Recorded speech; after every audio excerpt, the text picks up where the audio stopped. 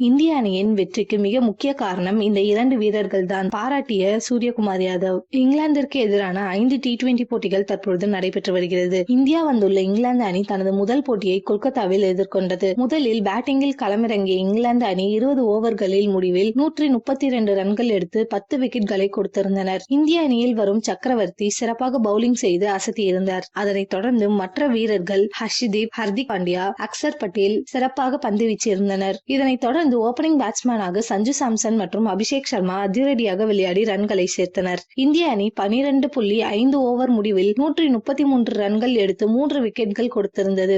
7 wicket வித்தியாசத்தில் இந்திய அணி அபார வெற்றியை பெற்றது. இந்த போட்டி முடிந்த பிறகு இந்திய அணியின் கேப்டன் சூரியகுமார் யாதவ் செய்தியாளர்களை சந்தித்து பேசியிருந்தார். அதில் இந்திய வீரர்கள் அனைவரும் சிறப்பாக செயல்பட்டனர். முதல் பந்தில் இருந்து அவர்களின் சிறப்பான ஆட்டம் எனக்கு புத்துணர்ச்சியை கொடுத்திருந்தது. மேலும் இந்த ஆட்டத்தில் பவுலர்கள் தங்களது சிறப்பான ஆட்டத்தை வெளிப்படுத்தியிருந்தனர்.